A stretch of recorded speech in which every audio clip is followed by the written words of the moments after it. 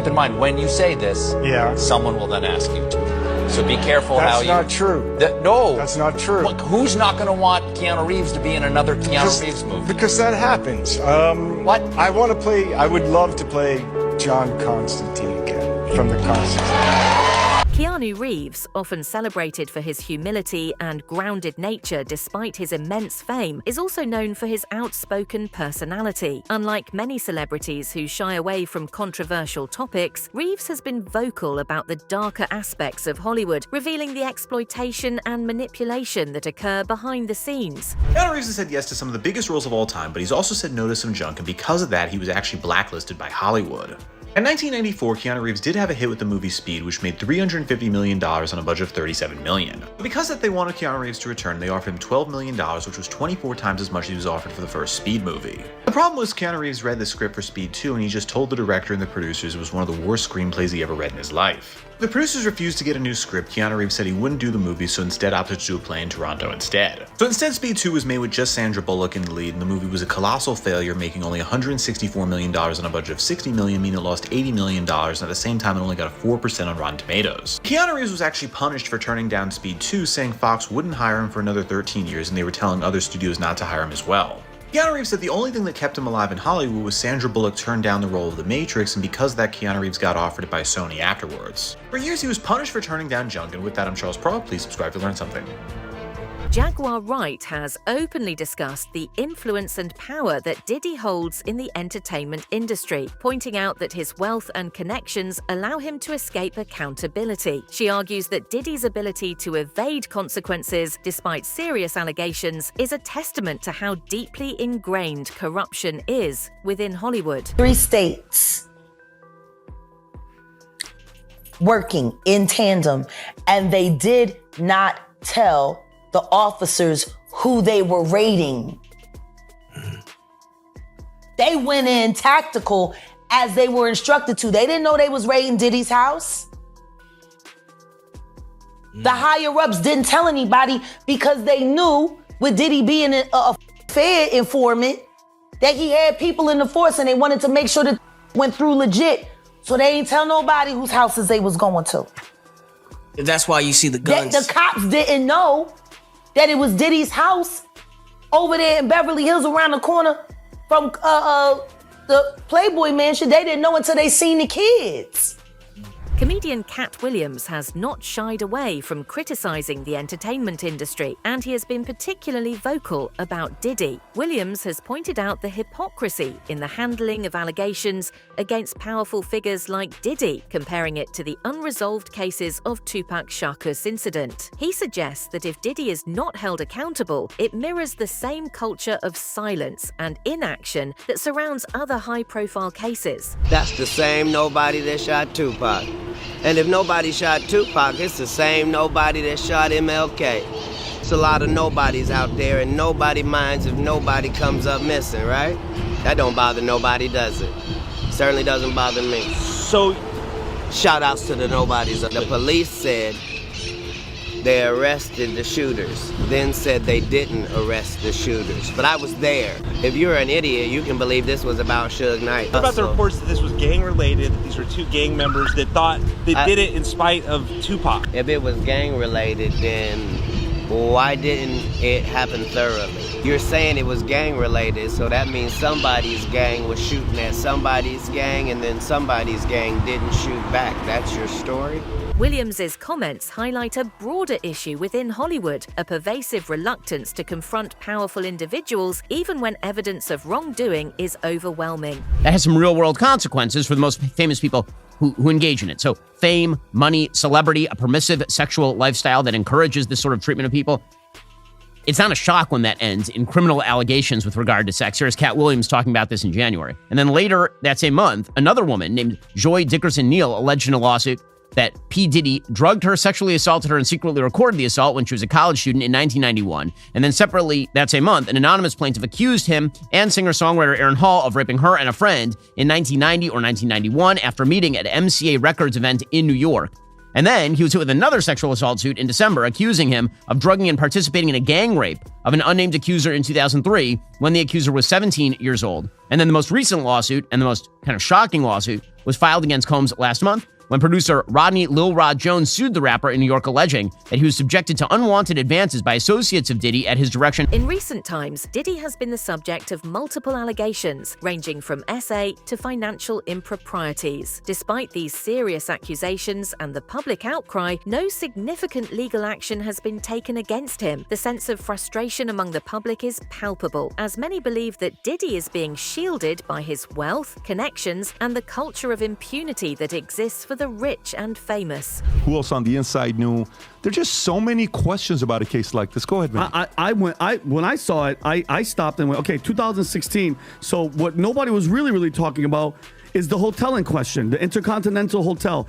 Diddy allegedly paid $50,000 to confiscate that, to get that from the hotel. You know what that means? The owner, the staff, the management, security, all saw that. They saw a girl get run down, stomped out, beaten, dragged to her hotel room. God knows what happened inside the hotel room, and nothing. That's hidden. When have you ever heard that? That's a crime. That, God forbid, 6 months later, that nobody's talking about that, okay? And that's what we've seen on camera of Diddy. Imagine what this scumbag does off the camera. You know, earlier I talked about the Democrats. Don't you notice that there's a trend with these people, okay? The Weinsteins, the Epsteins, the Diddys, the Wieners, the Clintons. They get away with everything, but then they get mad for Lauren Boebert getting caught giving a hand job in a movie theater in the dark. Like, give me a break. Give me a break. This guy belongs in prison. I don't care, PBD, about this, what's it called, Tom? The amount of time that he statute can't. Of the limitation. statute of limitation. I don't, to hell with that.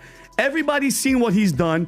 Everybody knows what he is. And that fake apology, I don't believe it, okay? And unless people like that. Entrepreneur and media personality Patrick Bet-David has openly discussed the glaring double standards that exist in society, especially within the legal system. He argues that there are two sets of rules, one for the wealthy and one for everyone else. Bet-David emphasizes that the rich can often evade justice through their connections, resources, and the ability to manipulate the system, whereas the poor face the full force of the law. And that's exactly what happened here.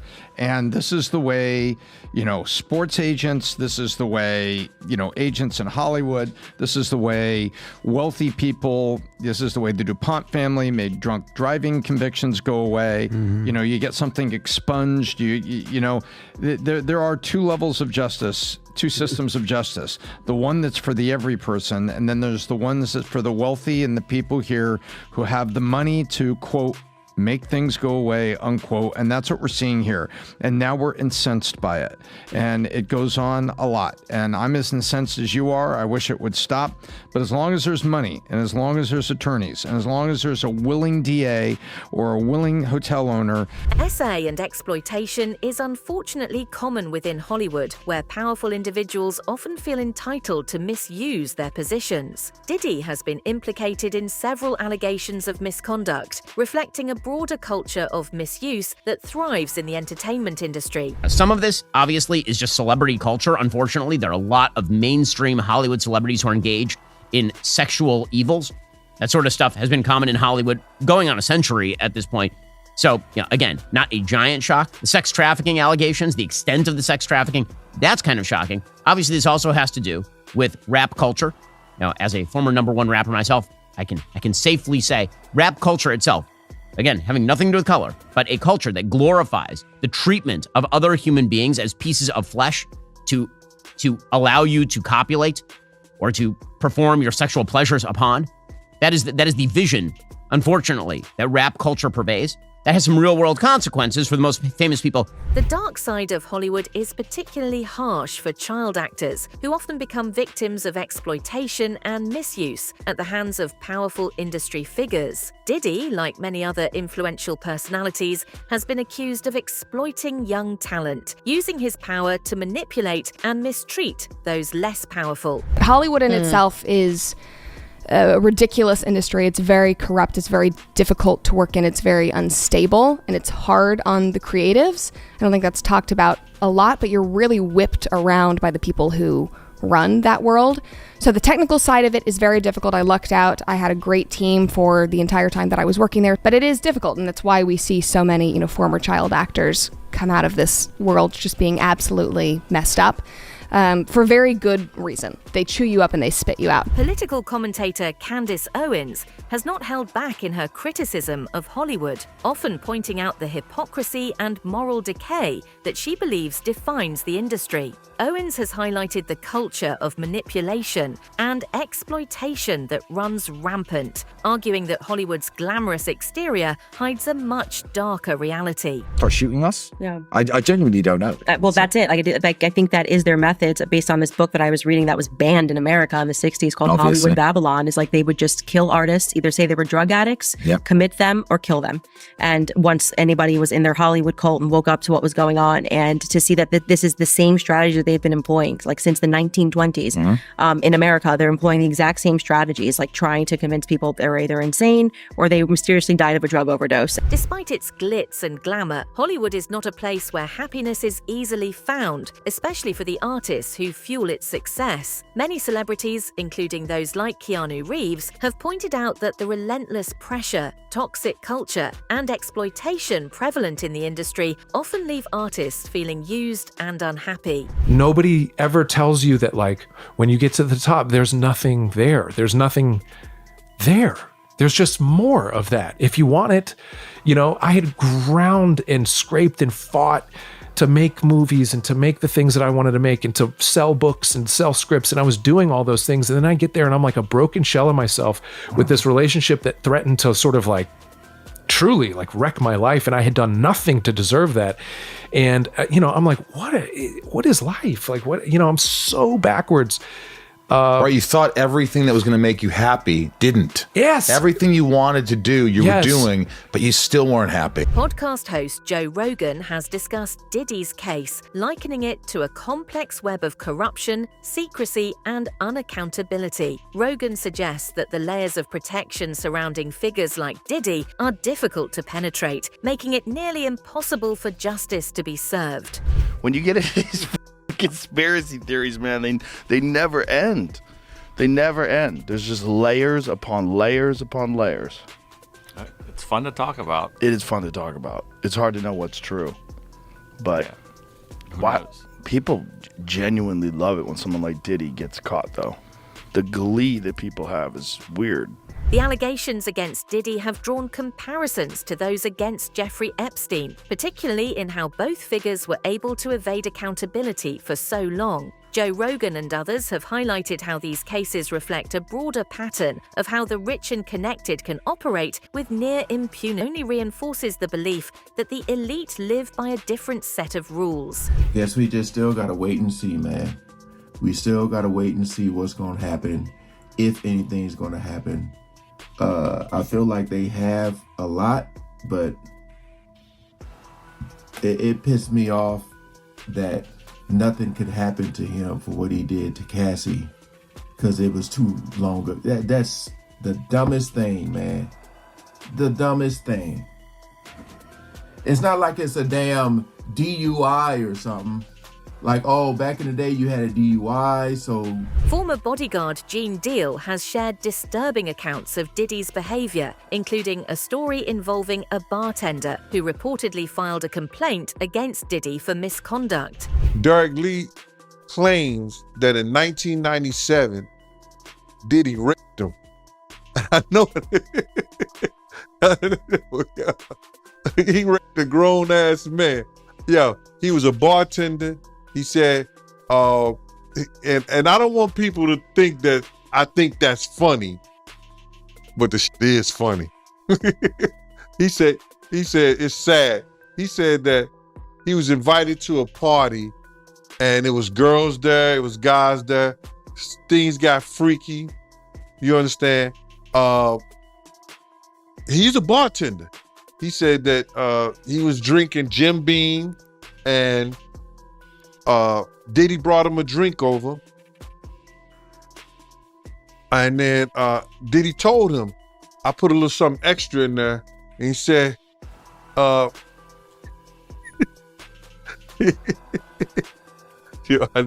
sorry, man. He said he woke up butt naked with his thong gone. No, he didn't say that, bro. But he said he woke up and Diddy told him he had him. He said he went, he filed a report, but they threw it up under the... Patrick Bet-David and Gene Deal have discussed their experiences and observations while working closely with Diddy, providing insight into the troubling behavior they witnessed. Deal, who worked as Diddy's bodyguard, has openly spoken about the misconduct and toxic environment surrounding the music mogul. Now, at this point, is Diddy making money or not yet? No, he's not making money like What's that. he doing? What kind of money is he pushing? What is he? I couldn't tell you that, man, finances, but I could tell you that he was doing parties and he worked for Uptown Records. Got it. You know what I'm saying? I don't know the revenue in which he was But he's getting. not yet a millionaire. He's not yet at all. driving the cars and all that. He had a Cabriolet. Cabriolet? A Volkswagen. Yeah. Cabriolet. That's literally what he drove? Yeah, that's what he drove. Okay. It was convertible. What do you say? So for you, Gene, at the time. Now we lined up to the cars that are lined up on the street. We lined up on the cars when they're lined up on the street. You know what I'm saying? So now, I'm like, yo, Paul, what's up, man? He said, yo, he getting the car out now. So the Reggie dude pulls up with the car, right? So I said, y'all ready to go? He said, yeah, we ready to go. So then I say, Paul, follow us. You know what I'm saying? We right there, Big is right here. Me and Paul is at his car. Big Driver is right there. A Big Driver, G-Money and everything. I'm looking at him and I'm looking at Paul. Yo, y'all follow us. He said, how the F you gonna tell me how to do my job? How you gonna tell me how to do my job? He said, yo, Gene, get in here. I said, man, what are you talking about getting in here? How you gonna tell me how to do my job? He said, get in here or you ain't gonna work another day for Bad Boy. So it wasn't so much I was thinking about working for Bad Boy. It was the fact that I know it's beef out here. And if I don't get in this car, how am I gonna get home? How am I gonna get back to the Beverly Hills Hotel? And then the fact. When Diddy's house was raided amid serious allegations, his response was not one of concern, but rather of indifference, as he reportedly flew off in his private jet, seemingly unfazed by the gravity of the situation. This man Diddy got a 5-star wanted level on him right now. Earlier today, his house got raided for a ex-trafficking investigation, and now he seems to be on a private jet on the way to Cape Verde, which has a no extradition treaty with the US. This was live footage of the flight tracker a couple hours ago. Things are really getting weird in this whole Diddy situation. I have no idea where it's going, but it's not looking good. No Diddy. The long-standing scandal involving the deaths of the notorious B.I.G. and Tupac Shakur continues to haunt Diddy, with many of Biggie's friends and associates pointing fingers at him. Outside of her dorm room because she refused to talk to him. And yes, they did try to intervene and tell him to get off of her. Other sources said that Diddy was a ticking time bomb. When he gained his success with Bad Boy Records, he would fire people on a whim. He would display violent tendencies on anybody that crossed him. And we all know there was actually issues between Biggie and Puff Daddy. And I quote, a source claims that shortly before rapper Biggie's death, the rapper had plans to leave Puffy and sue him for all of the publishing rights of his songs. Well, Puffy wasn't having that shit. He said, I will never give it up until I am dead and gone and my bones are crushed into powder. Now, according to Rolling Stone, after Biggie had passed, they approached Diddy about doing a feature for him, giving him the front cover. And Diddy responded, no, he's dead. I need to go ahead and put myself on the cover because I have an album coming out. And the album was No Way Out. How ironic is that? The report also had many allegations of rape and SA, where several women have come forward and said Diddy either tried something or he did something to them. The report also stated that Diddy did indeed film a lot of these encounters and use them as trophies, which we all know narcissists do. They like to have their trophies very close to them, allegedly. Now, we all know that Biggie wanted to form a supergroup with Jay-Z, Charlie Baltimore, Riviera, and allegedly Diddy. Well, as I was looking for articles, most of them I found included Notorious B.I.G., Jay-Z, and Charlie Baltimore. there was no reference to Diddy at all. Now, according to Charlie Baltimore, in 2023, she sat down and did an interview and stated that the commission was never going to be a part of Bad Boy Records. She stated that Biggie and Riviera had started their own label, and the commission was going to be a part of that. Now just think about it. Jay-Z, Charlie Baltimore, and Biggie on the same group. There was no room for Diddy. There was no room for Puff Daddy. He would not be on stage with them. The growing chorus of voices calling for Diddy's arrest reflects a public that is fed up with the lack of accountability for powerful figures in Hollywood. There is a collective demand for justice, not just for Diddy's alleged victims, but for all those who have been wronged by an industry that too often protects its own. If you have, go ahead and comment, because I have yet to see that this man has been arrested on national television. I have only seen it on Instagram and on TikTok.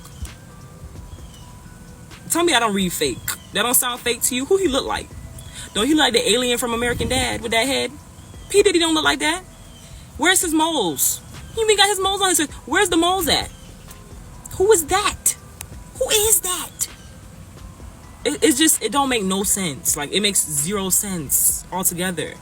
And I saw another girl post about him, and I saw where they got this picture from and the other pictures from. And they got it from an Instagram that has about 50-something thousand followers, but when you go down to the actual post, it's like 53, 30 likes. Is it real? That's it for today's video. Stay tuned until next time.